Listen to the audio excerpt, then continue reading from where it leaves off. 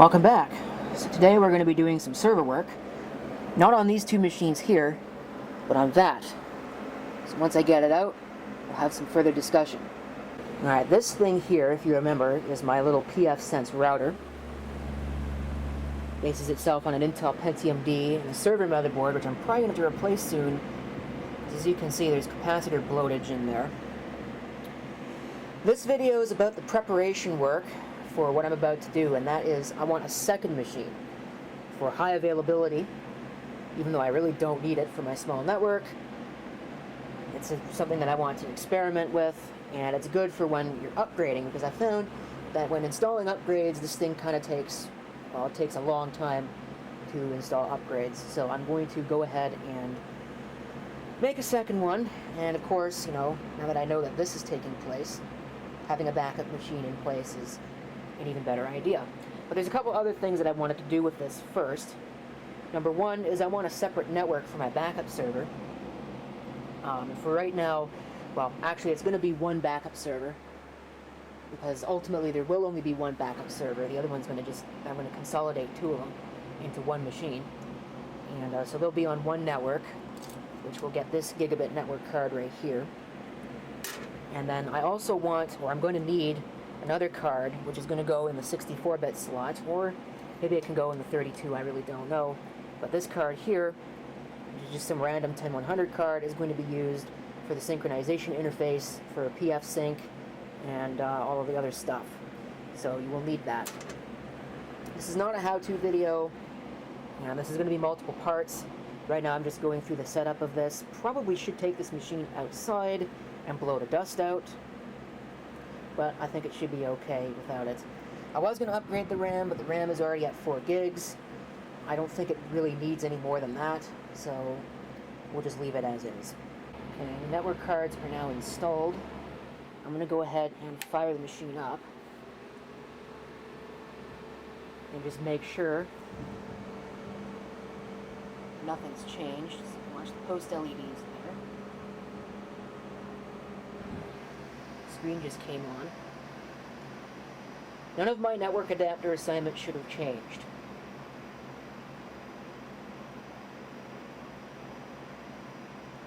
That's the thing that I want to verify. As they might have, and if they have, I'm going to have to go into the software and change them back, because I don't want them to change. Both of them are different cards, so it should be fairly straightforward. You can see there, 3Com is the one that was in there before. You have an Ovislink card beside it, and an Intel 10100, or sorry, that's a gigabit card right there.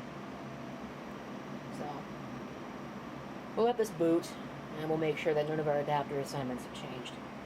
Okay, so it doesn't look like any of our interfaces have changed. So I'm going to put this machine back so I can get my network back up and running. And that should, in theory, be it, this particular part of the video. Just again, a basic overview of the existing situation here. I have input coming from a gateway machine here that's connected to the wireless network, basically a wireless bridge. You could really use anything for that.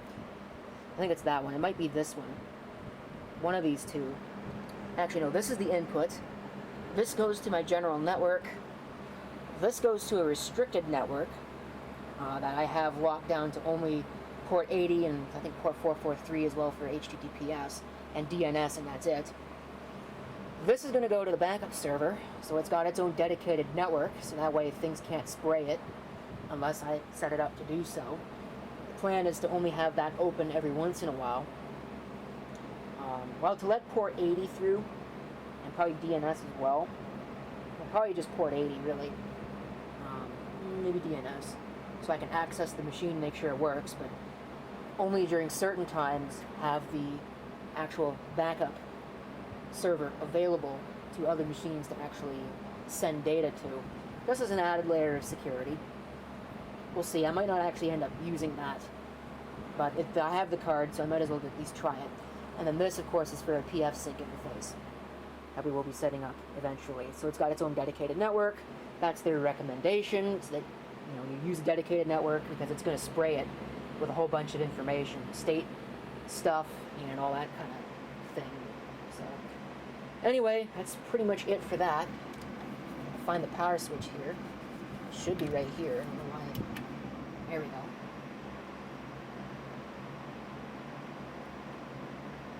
So we'll see if it'll actually turn off. And then I'm going to put it back into place so I can have my network back.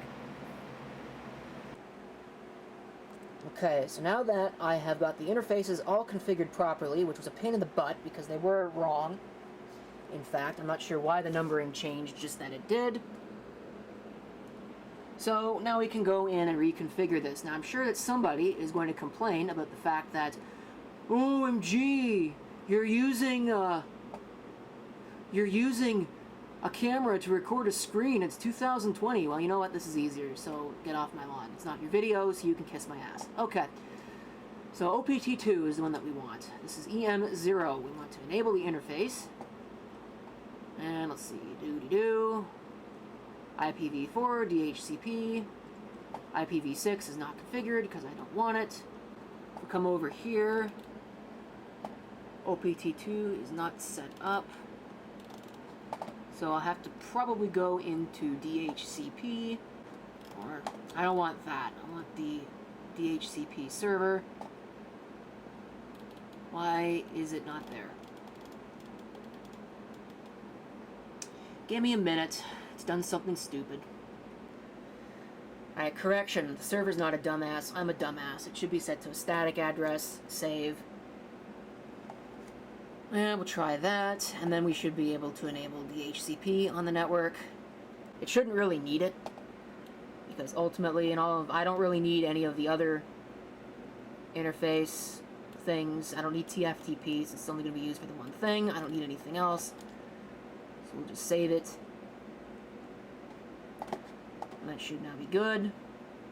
So if I go into DHCP leases, there might be one for that machine. Probably not. Doesn't look like there is. So I'll probably have to reboot it. Give me just a second. So I realized I actually forgot to finish this video. Probably got distracted by something. Oops. But that's pretty much it. Everything worked fine. As far as I know, there wasn't anything else to configure. So that's it for this. Stay tuned for the next part, which will involve hardware setup of our secondary node.